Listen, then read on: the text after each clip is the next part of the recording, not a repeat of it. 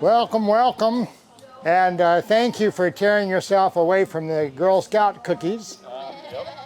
Sorry about that, ladies, but we're going to be talking today about a couple of topics of interest. My name is David Sanders, and I'm the Executive Director of the Community Preparedness Group, which is a survival club, which we got started with about 10 years ago. And we are very glad that you're here and that you were able to come out. We like having events where people learn things and increase their ability. That's basically the theme of our organization. One of the things that we thought would be interesting, since we're out at a farm for a day, is did you ever think that you might want to raise chickens in your backyard, maybe? Or have some kind of animals around? Well, we have somebody that had the same thought just a few years ago and decided maybe that's what I will do. And then next thing you know, he's here speaking with us today as a veteran of the chicken wars. Not really, but a veteran of how to raise chickens in your backyard. And he's not speaking to you as somebody that you've been out on the farm for 40 years and figures you know it all. He is new enough at it to be able to understand the kinds of interests and challenges and what ifs that you may be running into as well. But it gives me a great deal of pleasure to introduce you to our speaker today, Matt Tharp.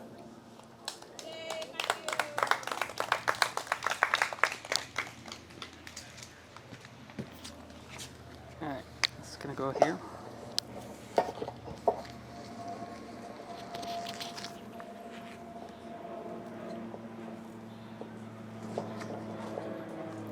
This goes like this.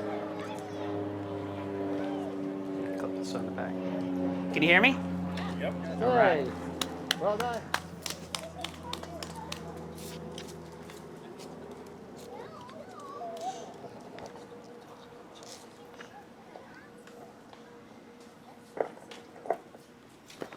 All right, hi everybody.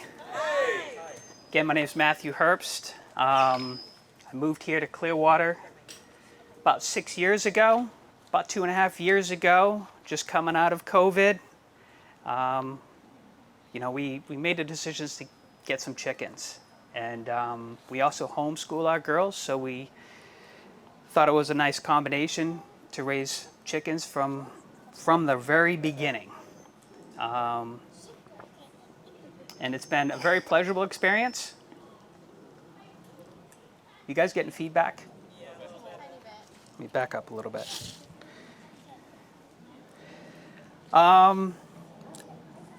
So right now we have 3 chickens. When we started out with chicks, we got 5. We ended up losing one when they were still at chicks. And the chick stage got ill. We separated out and ended up passing. And then another one had an incident with our dog. So I'll talk a little bit more about that later on as far as predator protection. We do have their names: Sadie, Pumpkin, and Carrot. Correct? Carrot? Yeah. So I'm going to touch base here at the beginning before you buy your chickens, kind of a little bit on the laws in the area here. So I do encourage you to research the laws, just to understand what are the guidelines for owning chickens here in Pinellas County.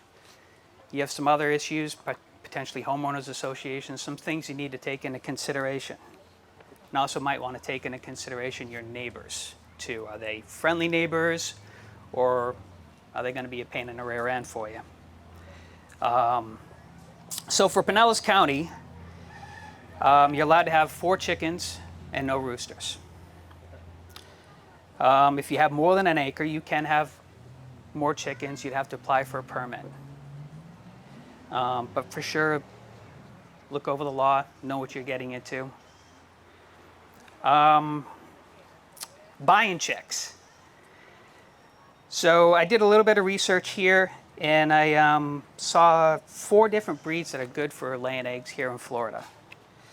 The first chicken is called an Ideal 236, so that's the chickens we ended up getting. They're very high producing breed for eggs, high quality eggs. They're fairly, they make generally decent pets. When my girls when they were growing up, you know, they'd have the chicks when they were adolescents, laying in their lap. They'd be petting them. They'd fall asleep. Just their heads hanging off the lap. It was very cute. Leghorn. I think they have some leghorns back here. So typically, leghorns they're a little bit restless, a little bit noisier of a breed. Not necessarily good for children as pets, and not necessarily recommended for beginners. There's also a Rhode Island Red, a Plymouth Rock as well. So you can look these up online, do your research, find out which ones you have, and then when you go to the store, you'll find out what breeds are available for you. Just a little bit of advice here as far as non-aggressive chickens typically do not lay as many eggs. So for example, silkies are very mild, very gentle, good pet type of chicken, but won't be a good producer for eggs. And so one consideration here, I took this from the viewpoint of just laying eggs. So there's also boilers, that there's different breeds that you can raise chickens if you're going to end up cooking them and eating them as well for a survival group. That might be one other considerations. There are breeds out there that are good egg laying and good for cooking as well. So you can do your research on that. By the way, this outline that I'm reading here, I've given it to Marcy. She can deliver it to everybody. It's got some links in here on the internet that you can tap on and go see some different information. Where to purchase? There's Smelt and Feed and Pet Supply in Tampa. That's where we got our chicks at. Typically they have chicks in spring and fall. And then Tractor Supply, typically they have chickens in the springtime that you can purchase. I'm sure there are other areas around that you can purchase your chicks at. When purchasing chicks, we recommend purchasing at least 5, just in case you end up losing one.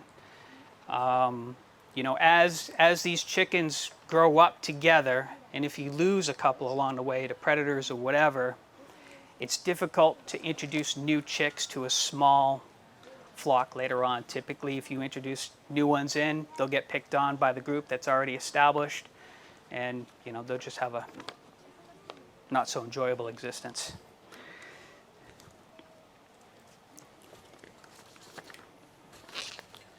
So when raising the chicks, what do you need? We started out raising our chicks in our laundry room. We got a big box, got a heat lamp. All right, raising your chicks. We started off in our laundry room with a box, had like a little a wire top that we put on top of it. Things that you'll need a heater and a heat lamp. Chickens do not have their mothers anymore. They're going to need to stay warm. Keep an eye on it. The heat lamp can overheat them a little bit. You'll notice their behavior a little bit if they're underneath the light.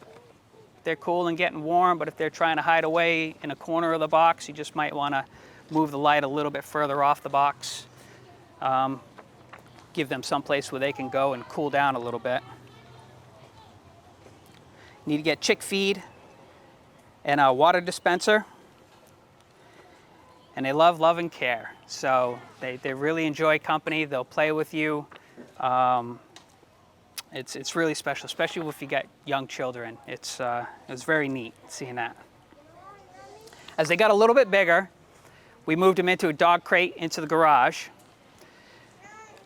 And then typically they'll be ready in about 2 months to move out into their coop. So when you get your chicks, raising them in the house and in the garage, You'll have about 2 months to put your coop together to start getting them ready to go outside. And I would do a slow transition on that. Basically take them out in the coop during the day, bring them back in the garage at night, let them sleep there, do that for a few days, and then transition them over, let them sleep in the coop at night.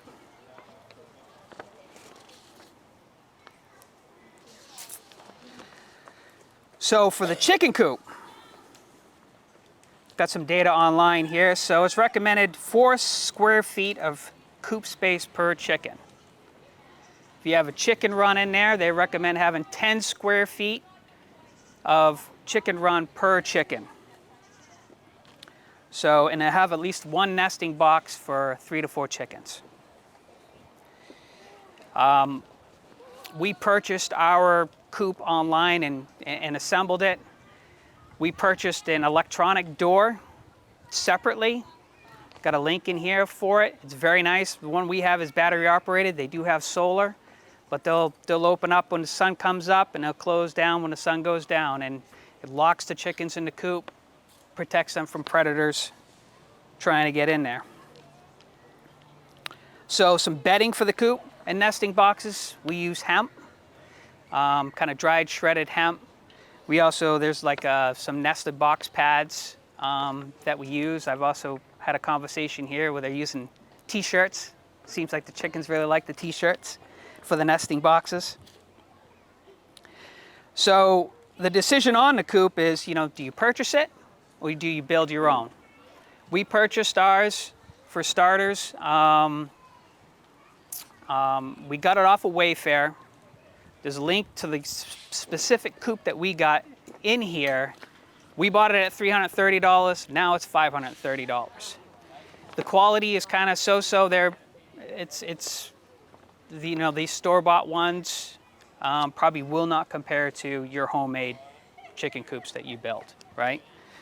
So it depends on how savvy you are, if you got the tooling and all that stuff, whether or not you build your own coop or not. The coop that we purchased actually is for 10 chickens, and we would consider it small in a run for letting them run around. One little tip here for what I did on this coop is I built a base out of 4x4 pressure treated wood, and I had a 1/2-inch square wire mesh that I stapled onto the bottom of the foundation. Came out about 8 inches and bent down like that. We actually buried it underground.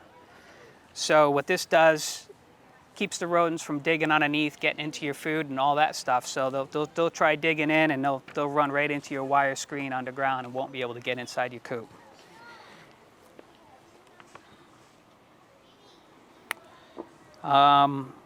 Watering can and dispenser. There's a ton of different watering mechanisms for chickens out there. Just a little bit of word of advice. If you don't want to have like a big bowl or a bucket of water for the chickens, because they have been known that they can get bumped into them and end up drowning. So there's specific waterers that just have a minute amount of water that the chickens can get at. And I've got some links to some things on Amazon. Same thing with feeders. So they have long-term feeders. You can fill it up with a bunch of food and last for days. We got away from that personally. Down here in Florida, we saw that our food was starting to get a little bit moldy, and the bugs aren't necessarily a bad thing because the chickens would just eat the bugs if they end up infiltrating it. But we use a dog bowl now, and we feed them twice a day. So it's a little bit more maintenance to care for them, but we go through a cycle of feeding our dogs and feeding our our chickens 2 times a day. So that's just part of our routine.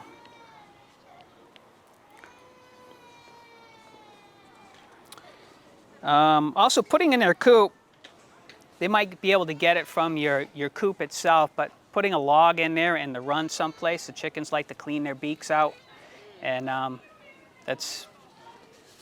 they'll use that. Like a log of wood? Yeah, just like a 2-3 inch diameter log And the about that chickens long. clean their beaks by pecking at it, or? You'll see them wiping their beaks on it like that. Cool. Yeah.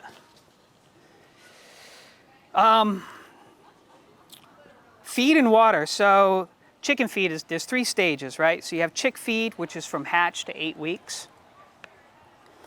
And then you have grower feed, which is typically 9 weeks to 18 weeks, or when they lay their first egg. And from then on, you do layers feed to feed your chickens. Layers feed? Layers feed, yeah.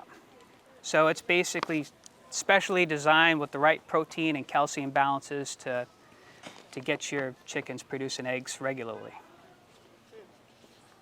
The grower's feed has a different mix of proteins and stuff like that to get your chicken to grow up faster. But they will lay their first egg on the grower's feed eventually. Someone have a question? Is organic? Is the feed? Is So I've got some links in here. So we do purchase organic feed. It's your preference on what you want to do. We're striving to get organic eggs, and so we buy the feed. It is a little bit more expensive, of course, but do you give them any other fresh vegetables and fruits? yep. So her question was feeding fresh fruits and vegetables. And yeah, so tomatoes, lettuce, watermelon, apples. You know, you can try certain things and see how they perform with it. Just introduce one thing at a time to see how they do with it. You can give them diarrhea. You know, you'll notice it. They'll start stinking and their poop's not coming out the same anymore. So just keep an eye on that when you're introducing new foods. I have a question. What ratio would you recommend feed to veggies? Feed the veggies. So primarily we use the feed and grubs. And then vegetables, we may do that maybe once or twice a week, feeding them some scraps. Do you grow your own grubs? So the question is, do I grow my own grubs? I don't know, grow. No. No, I do not. I purchase them off of Amazon, and there is a link in here for that. But there are some interesting videos on YouTube where, you know, you can get this whole setup of getting your own soldier fly grub thing, and it actually spits them out right into the coop. And typically I've seen videos that chickens are just waiting at the end of the tube for the grub to come out, right? Yeah. So that's good. That was my next point, the fly grubs. I have a link in here on what we get online from Amazon. What's important is fresh water for the birds. So you can have additives to the water. You have electrolytes, probiotics, and there's another thing called acidification where you can use apple cider vinegar. Just a word of caution, read the ingredients of probiotics and the electrolytes. Some of them have unnecessary chemicals in them, like yellow dye or red dyes and stuff like that are known to not be so healthy. So it's an unnecessary thing. So for electrolytes, we get a bottle of trace minerals from Amazon. Just add a few squirts into their water.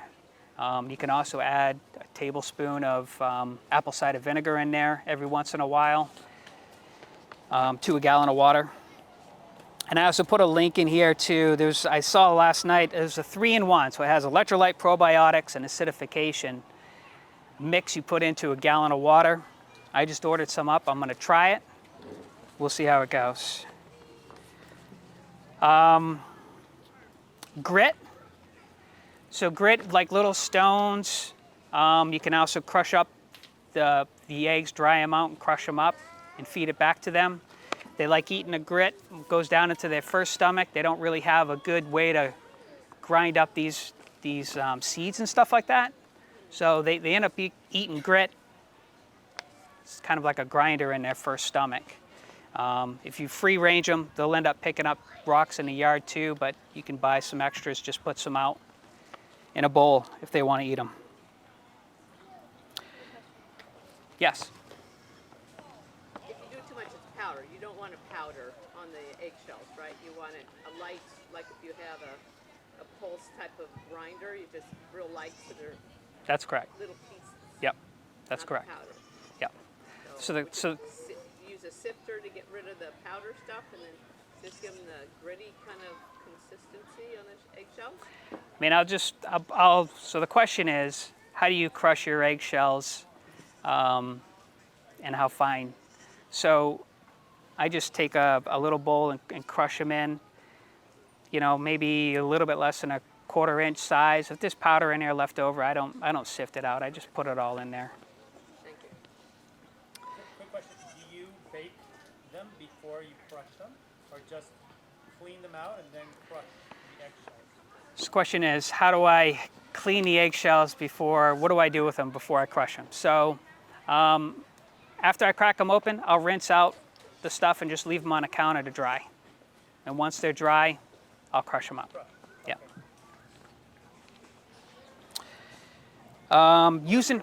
Okay, another question? One eggshell per, what's your ratio? What's your ratio on the eggshell to the different feed? You got 3 different categories, right? So I guess there's no specific ratio. Just do your grit in the eggshells separately, and they'll consume it as they need it. Perfect. Okay. And the question there was the ratio of food to eggshell. And you do it once they're laying eggs? That's when it comes in, or across from there? Once they're laying eggs and you're eating the eggs, just recycle those in. My last comment here is crushed oyster shells. So you can purchase this, and apparently this will make the eggs shells thicker, more durable. For backyard farming, I don't think it's necessary. Our eggs are noticeably thinner than store-bought eggs, but of course, they're not going through the process the store-bought eggs are going through. So, my opinion, I'm not spending the money on getting the oyster shells to get more durable eggshells. Any other questions on feed? Yeah. Last question, you were talking about mold. Can you leave enough food and leave for the weekend 2 days and come back with the chickens if they have enough food and water? You can, yeah. For sure. Okay, repeat the question. So the question was, can you leave for a weekend with food and water in relation to mold and bugs and other stuff getting into the food? So yes, you can. If you've noticed that you get a feeder that has enough food that can last them over the weekend, it shouldn't get moldy over a weekend. Any other questions? All right. My next topic here is free-ranging chickens. So you're going to want to let your chickens out. You don't want to keep them in the run. If you keep them cooped up in the run, they'll start to get aggressive with each other, fight each other, and they will also retaliate by breaking their eggs. So they'll retaliate by breaking their eggs. So they'll get angry. And they do want to get out and run around. So chickens that can get out, run around, have space, they're going to be a much happier chicken and much friendlier. If you have the automatic door that's opening and closing, then they can just go out, right? If that's how you want it to operate in your yard, so I have the automatic door that goes into the chicken coop run, which has 1/4 inch mesh. So it's about 8 feet of run that I have there for the chickens. Yeah. So they're still protected inside of there. And then we have to physically open up the door, let them out through the rest of the yard. Okay. Can we expand on why we wouldn't just let them run free like all the time? Like what would that do to your yard and or anything else? Like obviously they sleep in the coop for protection. Yeah. But if you were to just have the coop and no run, what would that do? Okay, so the question is just having a coop and no run and just letting them out in the yard, and what are the consequences to the yard? So I think your yard will be fine. The only question there is, you know, predators in the area, do they have enough protection? But I don't see any reason why you couldn't do that. Okay, fine. They won't really, I mean, they're going to do a lot of scratching. You know, if you've got mulch nice in an area, that mulch is going to end up in your yard. They do a lot of scratching. There's a lot of cleanup you have to do after it to keep your yard a little bit nice and neat. They'll also get into your vegetable garden. They will get into your vegetable garden. They'll, you know, they'll find things to eat and peck at. You got to keep an eye on some of your plants too, because they can dig down deep and start getting into the roots of things and start killing your plants. So just you'll have to do a once over and maybe put some soil back and stuff like that. Sure. And then safety-wise, sorry. Go ahead. Safety-wise, is there anything to not have in your yard, like for your free range time? Okay, so safety-wise, things to not have in your yard. Do you own dogs? So you got to make sure that the dogs don't have free access. In my house, I have dogs, and they have a doggy door. So we have to coordinate closing the doggy door and letting the dogs out. Another precaution there is if you have pest control that come in every quarterly, make sure that they're not spraying a bunch of granules in the backyard, because chickens would just go and probably pick those up and start eating them and get themselves sick. As far as predator protection goes, right, you do have birds of prey in this area. You got ospreys, you do have eagles, hawks, stuff like that that will come down and get your chickens. So we don't have any specific protection in our yard. We do have a 15-foot diameter trampoline that the chickens like to be underneath because they got protection up above them.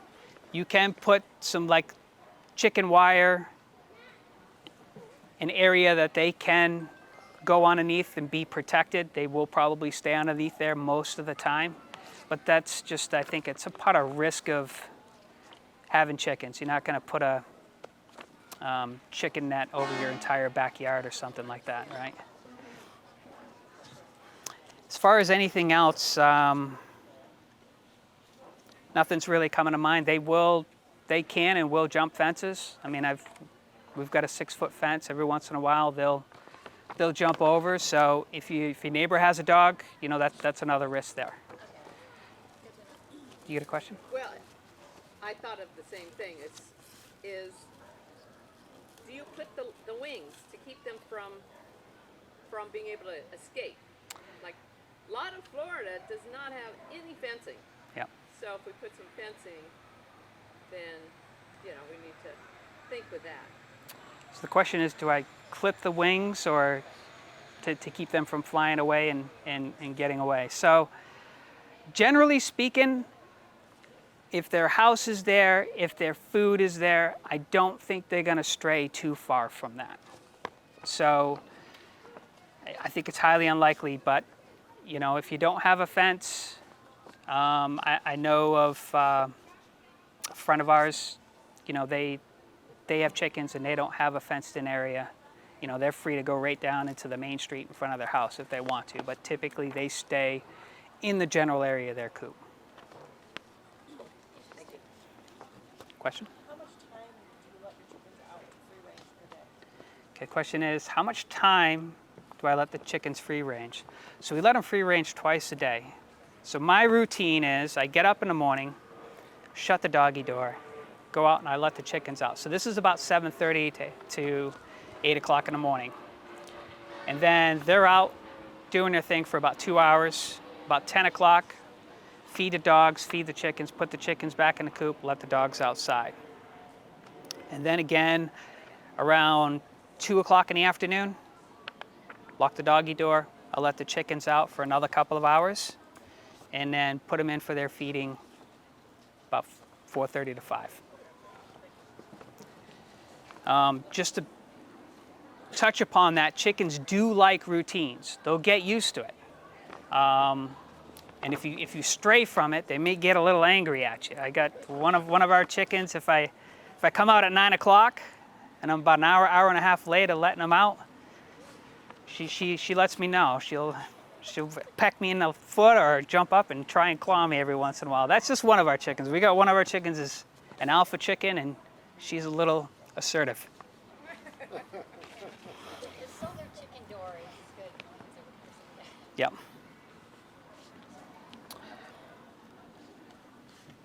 Pest control. Okay, so I got some other tips here. So we find that we have multiple nesting boxes, but if we leave one egg in the coop, the other chickens will just lay their eggs there. Right? So if you clean up all the eggs, sometimes they won't lay an egg in a nesting box. They'll lay an egg on the other side of the coop that has me going in there trying to take down doors to get to it. It's not as easy as lifting up and just pulling the eggs out. They have laid eggs in the yard before. I've found eggs in the yard. So, but if you leave one egg in there, typically they'll all lay the egg in the same spot. I've seen sometimes that they sell wooden eggs or plastic eggs. Is that a good idea? You can try it. This sounds great. Yeah. Sounds like it would work for me. So the question was, buy a plastic or a wooden egg to get them to lay the eggs in the same area? Try it. We haven't tried it. I think that's a great idea. Okay. Did you have a question? It was from before, but if the dogs and the chickens are in the same area and the dogs poop, right? Is that something that'd be hazardous or anything to the dogs? You have to clean up after the dogs and get that out of there so the chickens can handle it, or don't know? So the question is, dog poop, will the chickens eat it? I don't keep up with the dog poop every day, and I haven't seen the chickens eating the dog poop. I have seen my dogs eating the chicken poop, though. Okay. So, you know, Probably healthy. yeah. Yeah. Whatever, minerals, something's in there. It's good fertilizer. I just want to share something about the wooden egg, and that is that we had a situation where the chickens were starting to crack the eggs, their own eggs. And then somebody gave us that tip, and we bought wooden ones in there, and they couldn't get those open, and they quit trying. So they quit trying to crack open their own eggs. That's a good tip. Yeah.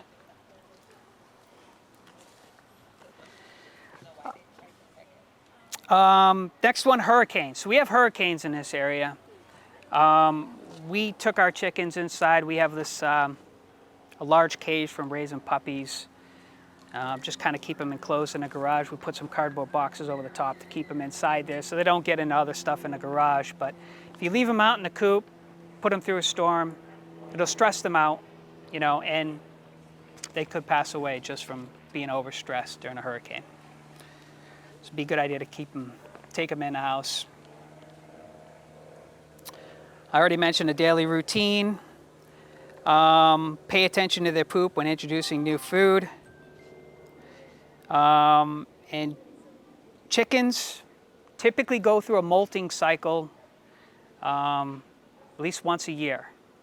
And just be aware of that. So the first time we ran into molting, my wife came in the house. One of our chickens is sick. She looks awful, you know, all ragged and stuff. And that's a typical cycle. So we had to do a little bit of research to find out, okay, this is normal. We don't have a dying chicken here. So, and they can go through that molting process anywhere from a month to 2 months. And they won't lay eggs at that period of time. They'll pull out their feathers. They'll grow new plumage. Can't remember the name of the thing on their head. It'll shrink down. They go through some serious changes during this period. And pets. So we talked about dogs, making sure you know your dogs. So we have a pug that's really liked hanging out with the chickens at the beginning. She's now terrified of the chickens because she used to come out there when we were feeding the chickens, and she would come out there with us. And the funny story, so watch it. So the pug's got a nice curly Q tail, and her anus is a nice little bullseye, right? And so our chicken just go like this, pecked her right in the rear end. She took off running, and she concluded that's a dangerous environment.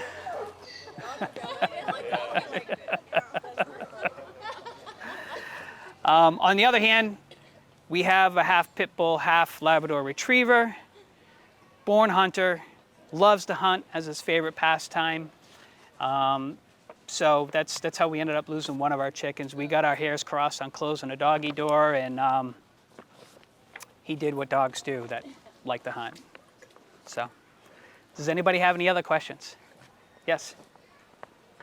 How long do the eggs last, and you keep them out of the fridge? That's a great question. So, I do not know how long the eggs last. You can test an egg by putting it in a bowl of water. If it sinks to the bottom, it's still good. If it starts to float on one end, so it starts producing gas on the inside, you'll see that egg needs to be eaten immediately. And if they start to float, don't eat the egg, it's bad. So your eggs that you take the fresh eggs out, we put them right in a basket on the counter, right? And before we consume them, we wash them with warm water, pat it dry, and then go ahead and eat the egg. If you wash the egg with warm water and you don't eat it immediately, you're going to need to put that egg in the fridge now. You won't be able to keep it on the counter because it'll spoil fairly quickly at that point in time. And to clean the eggs, you don't want to just take a bunch of eggs and soak them in warm water or something like that to let them wash off. You would just want to rinse it, wipe it off, crack it, and eat it right away. There is a technique called water glassing. So water glassing, there's a lot of websites online that'll show you how to do this. You get a jar of water, you put some lime in it, right? And you can take fresh eggs. So you can't do this with store-bought eggs. It has to be fresh eggs. You put them in there and, just a gallon jug. You can keep them in your pantry for about a year. They'll stay good for about a year in there. Or if you move them to the fridge, they could be good up to 2 years.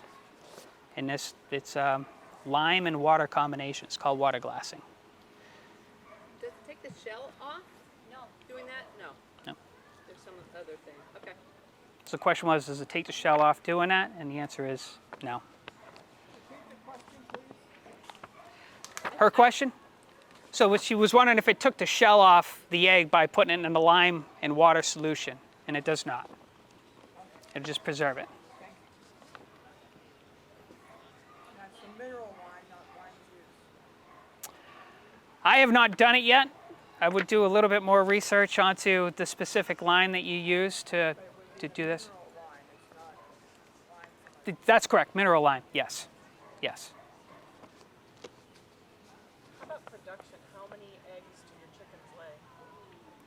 This question is production of my chickens. So the ideal 236, which we have, they lay just about an egg every day.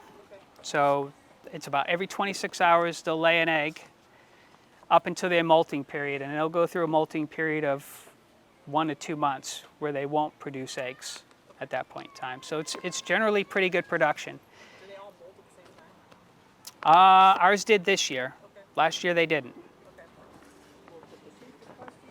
The question was, do they all molt at the same time? And from my experience, yes and no. So this past year, they all molted at the same time through the winter period.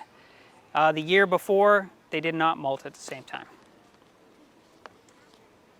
You buy 6 chicks, and then 2 weeks later, you don't buy more chicks, do you? You want to keep them basically the same age, introducing new babies. Can that cause a problem? Or you separate them out so you've got one group here, one group there?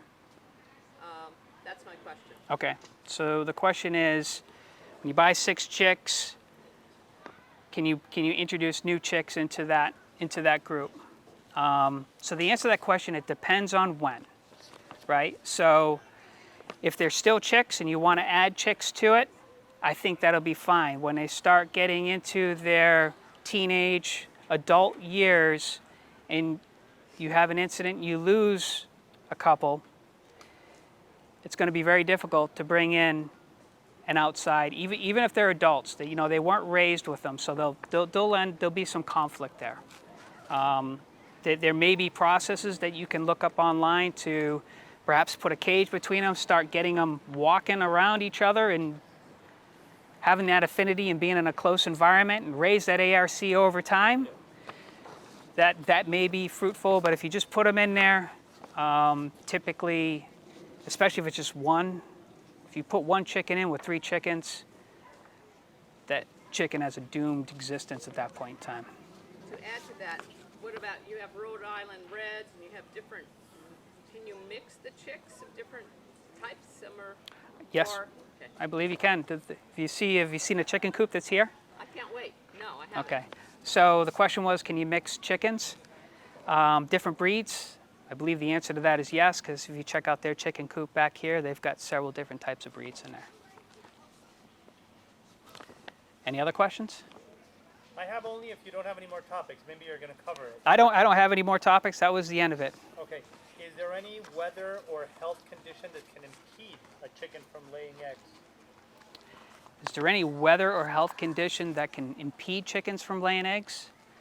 I would say the answer to that is probably yes, right? There are several sicknesses and diseases that can affect chickens. As far as weather goes, here in Florida, it gets extremely hot. You want to make sure that they're getting nice fresh water, have a good supply of water. Giving them some electrolytes will help out with that. But if we have some severe stormy times, it could probably disrupt their egg production. I haven't necessarily experienced it, but I would imagine some stressful times can probably interrupt that.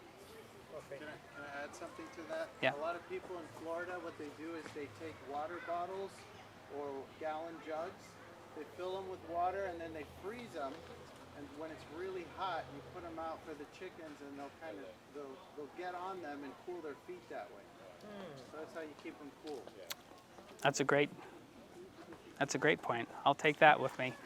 So that brings up a great point. So we have the summertime. Flip side, we have the wintertime here in Florida, and you can get some pretty cold snaps.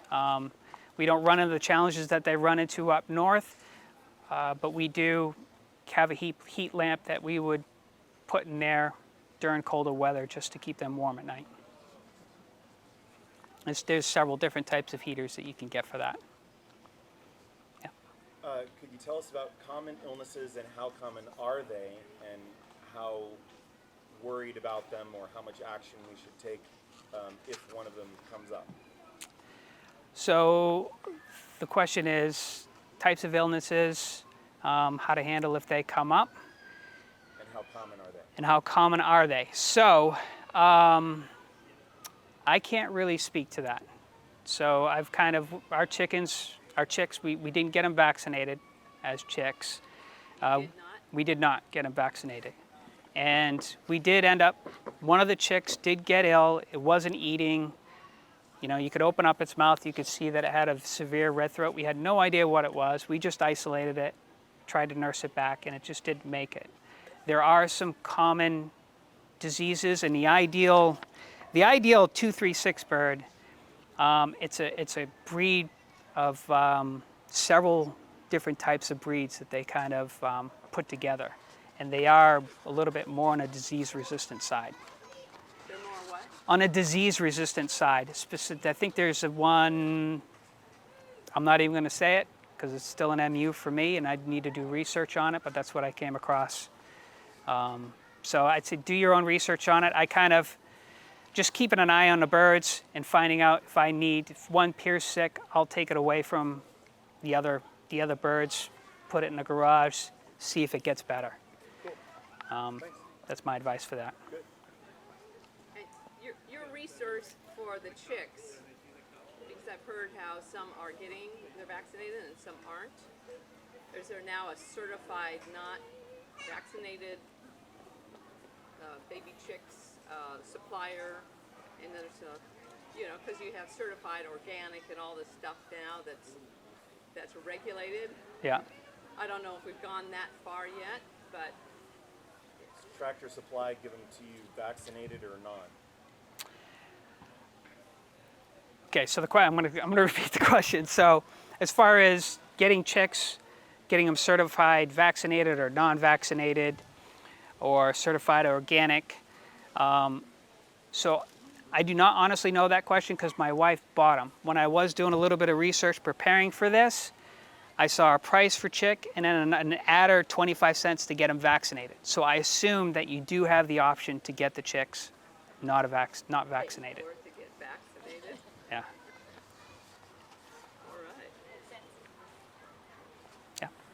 After how many weeks of chickens not laying eggs would you consider making chicken soup, or knowing that it's not going to lay ever again? So it's me, my wife, and 2 daughters. And I think I'd be outvoted on whether or not our chickens would ever become chicken soup. So the question is, What do you do with a chicken after it doesn't lay for so long? the question is, what do you do with a chicken after it doesn't lay for so long? That's a great question. I think that's a personal preference, and you have to evaluate, you know, your current scene of what you're going to do, whether or not they're going to be pets, or you know they're not useful anymore. You know, it depends on your survival environment. I tell you, if I was in dire straits, yeah, right, absolutely. You see that on Survivor all the time. You got the vegans that don't want to eat the chicken, and there's conflict there. And how can you kill a chicken? It's hey. I have a question about that. Yeah. Exactly what I said. I want to eat one of your chickens, but I'm not going to go out and kill my chicken because that's not my thing. Is there somewhere you can I'll do it. do that? Whole CPG will find somebody for I you. don't want. Yeah, I don't want to Or do that on my resource. property. Okay. You just need a bucket. So you have to hold the stump over the bucket. I don't think she wants to hear about it. Graphic details. So the question is, if you wanted to consume your chicken but don't want to butcher it, is there a place you can take it? I'm sure there is, and I'm sure you'd have some volunteers that may help out there.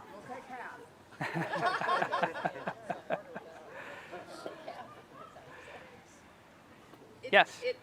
I don't know if it's applicable too much, but I'm just wondering, my mom, we gave her 6 chicks and she had them and she had ducks. I don't know if you do ducks.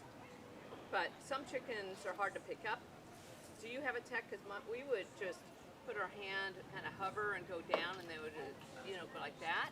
And I don't know if you pick them up or never even pick them up, you know. So the question on technique on picking up chickens. Asking you everything. So you're right. My chickens, 2 of them, if I go over them, they'll just kind of hover down and prepare, and you'd be able to pick them up. If you startle them, they'll skedaddle out of there, right?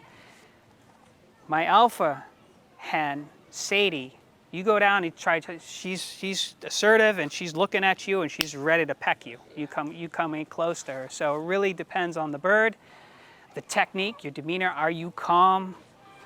You know, sometimes they don't want to go back in the coop, and I'm sitting there fighting with them for 10 minutes. I got work to do, and I get frustrated. They'll sense that frustration. They just get a little bit more riled up. And I get my daughter Riley. She's the chicken talker. She'll handle it for me. Any other questions? Yeah. Last question. What is the best solution to keep the run or the coop from smelling after some time that you've had the chickens in there?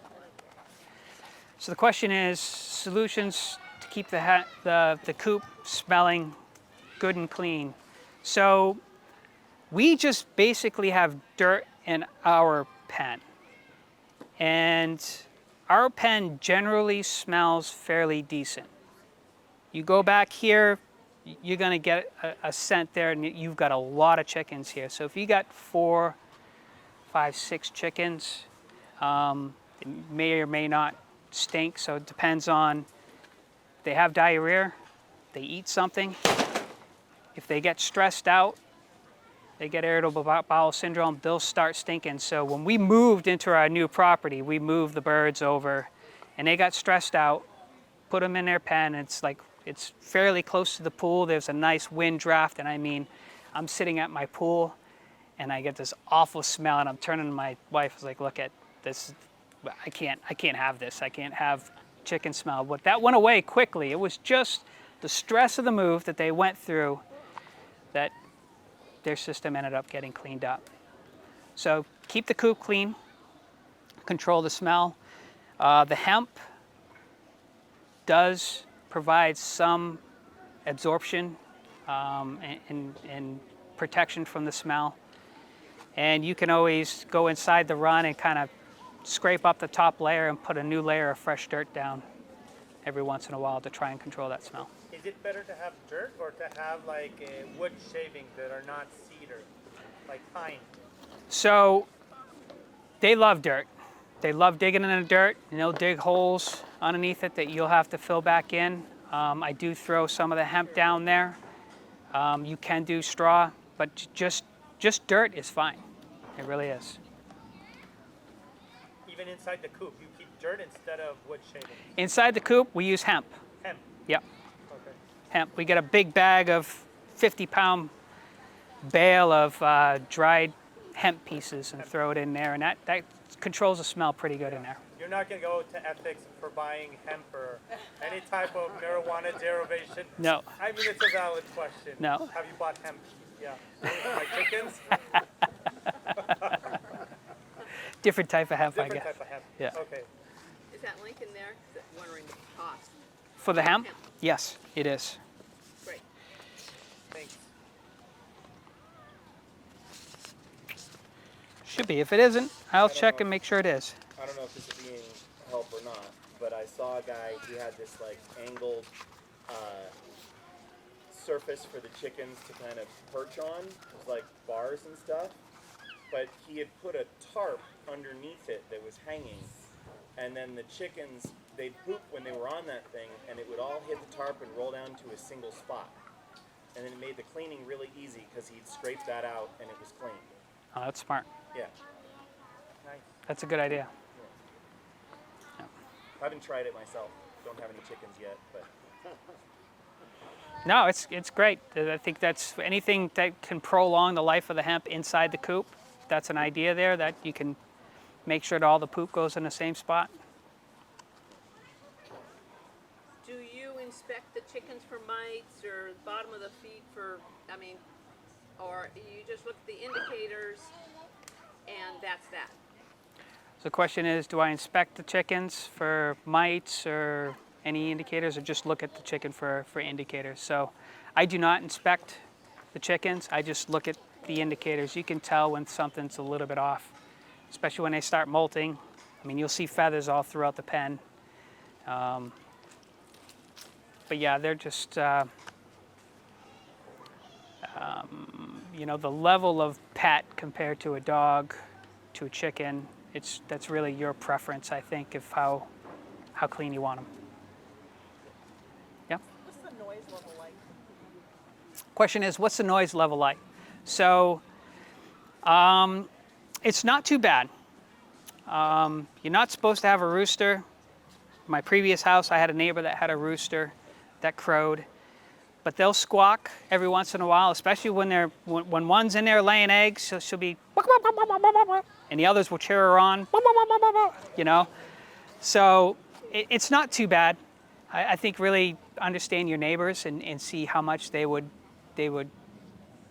complain with it, but it's not too bad. I found out from Cara that she bought some chickens and had a rooster, and they put a little strap, little Velcro strap, and it kept the rooster from being very loud, and it works really well because the rooster protects the hens, and it's actually quieter, right, than the hens. Never heard of that, but it just kind of muffled, Yeah. And Well, Cool. I'd never heard of that. So, very nice. Thank you, everyone. thank you, Matt. You're welcome. So I'll get this from you, and that I guess we just put over there.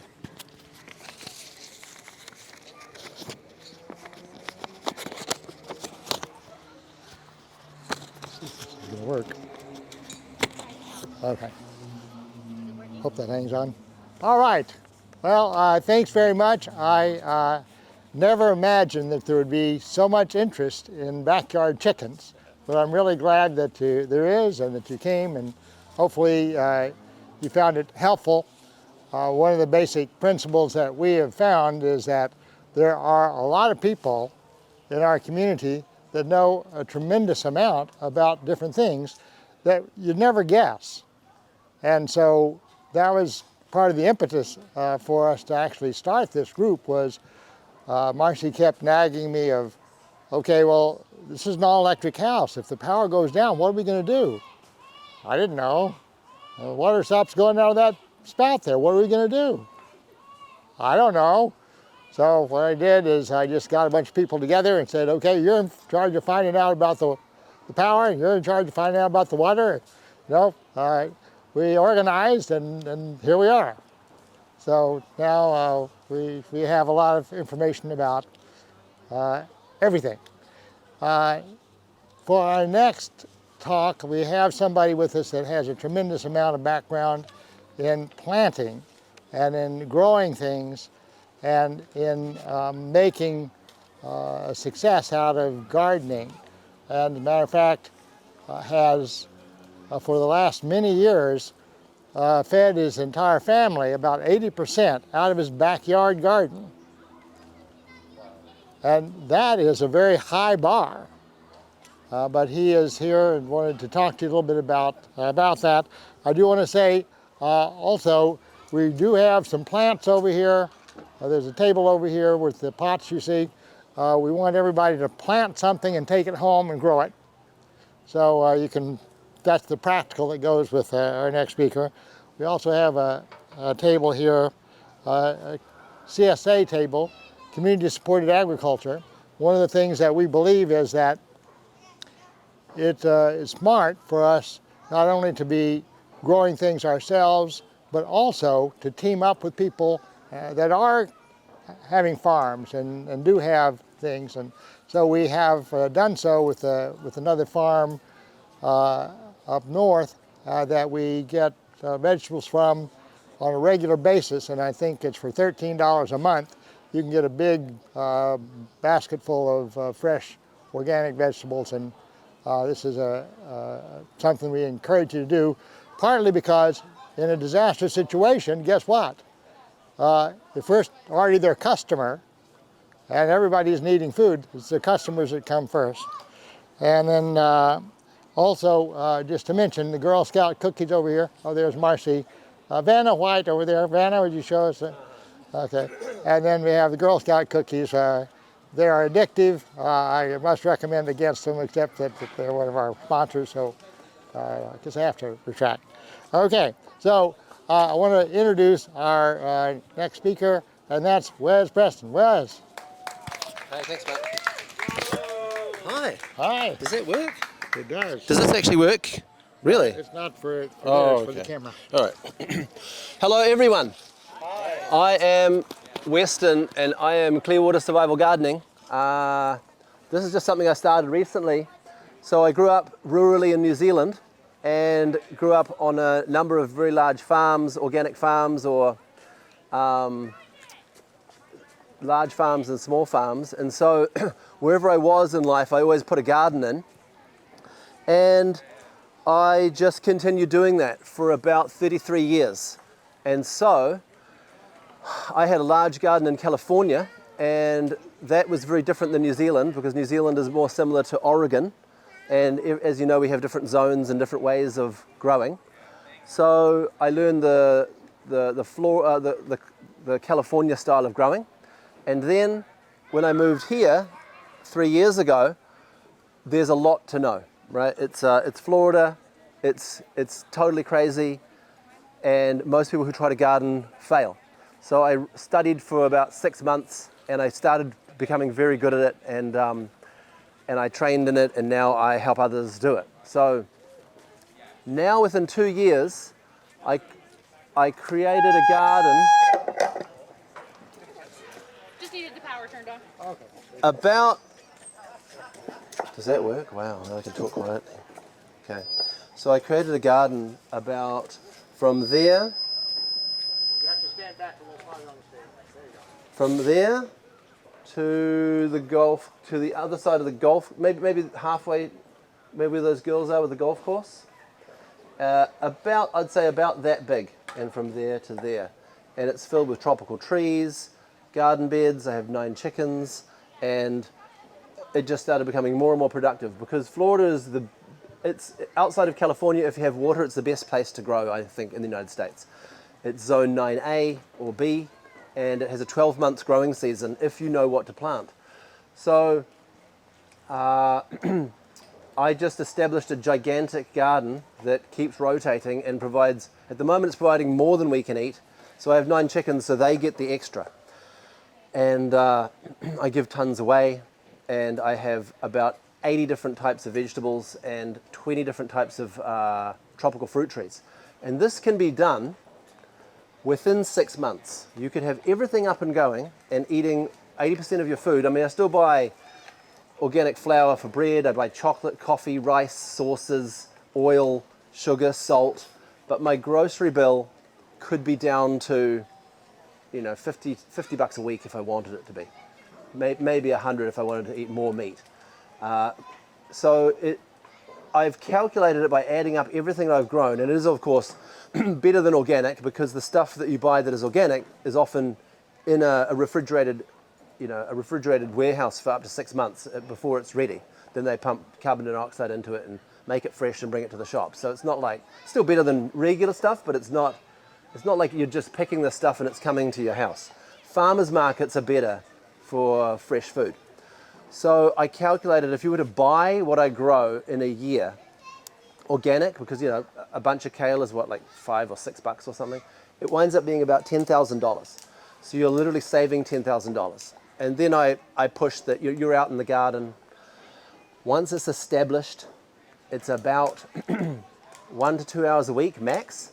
It's the establishment that people get stuck on, and that's hard. So my card is in there. It's called Florida Survival Gardening, and I train you for a small fee just to how to rapidly establish your garden.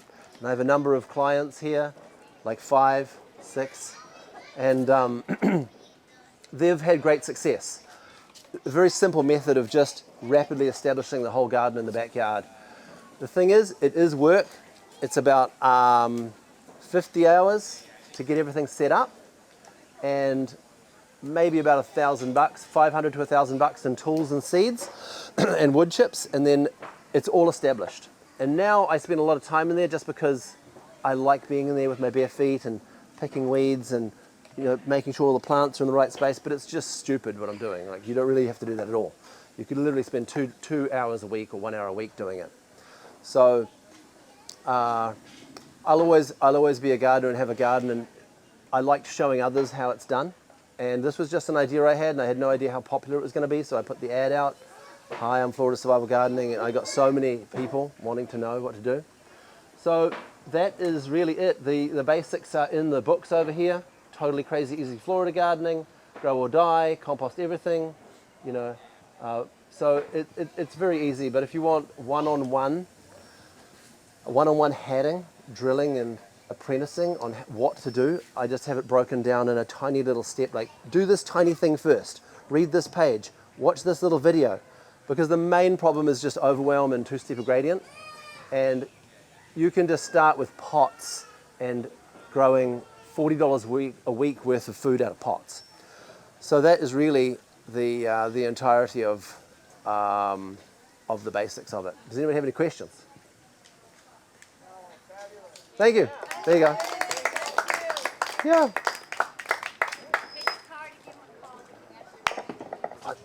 Oh, need that one. Thank you.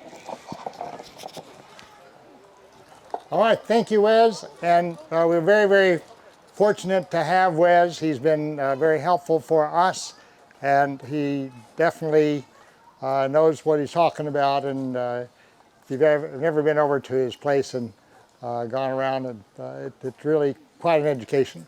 So just one little wrap up. I wanted to let you know that your survival is important to us. And what we are trying to do is to make it possible for everyone here, and then your friends and our friends, to learn how to be able to survive just about anything. It's not easy to do if you don't have knowledge. It's probably impossible. But if you do have knowledge, you become almost unkillable. And that is our intention, is to help make these people that we feel are some of the most valuable people on the planet in a position where no matter what happens, they got it covered. So I want to invite you to be part of it, whatever works for you. Also, we are going to have a seminar or a workshop tonight from 7 to 9. There's a login over here you can get from the table with the computer on it. And there's no charge for attending. We are going to be covering how to bug in at home, what you should do to safeguard your house and your property, and whether you have an apartment or whatever you've got, how to make it safer, more secure, and a lot of other fun stuff that you'll learn about how to take the basic environment which you already have and make that as survivable as possible. So that's what we got for you. Look around, have a good time. We've got lots of goats over here, lots of a donkey over here really likes to have your hand on his neck. So let's go play.